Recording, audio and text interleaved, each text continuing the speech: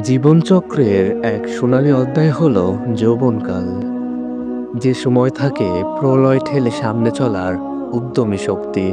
অদম্য তেজমাখা যৌবনের এই সময়টি যদি রবের আনুগত্যে কাটানো যায়, তাহলে জীবনচক্রের এই ছোট্ট সময়টি হতে পারে জান্নাত প্রাপ্তির মহা উপলক্ষ। কারণ এই সময়ে আছে সীমা লঙ্ঘনের দুর্বার সক্ষমতা।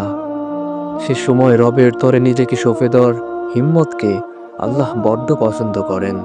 আর তাই সেদিন প্রতিদান স্বরূপ তিনি এই সকল যুবকদের শীতল আরশের নিচে ক্লান্তিনাশী ছায়ায় মেহমান হিসাবে থাকার সুযোগ করে দেবেন। সুবহানাল্লাহ।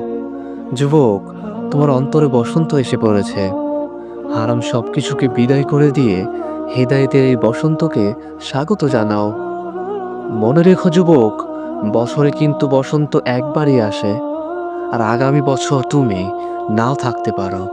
তাই সময় থাকতে নৌকার পাল টানিয়ে নাও, নয়তো ঝড়ে তোমাকে পৌঁছে দেবে ধ্বংসের শেষ প্রান্তে। আল্লাহ আমাদের সকল যুবক যুবতীদেরকে সঠিক বুঝ দান করুন। আমিন। আবারও আমাদের একতরফা কথা হবে পরবর্তী কোনো ভিডিওতে।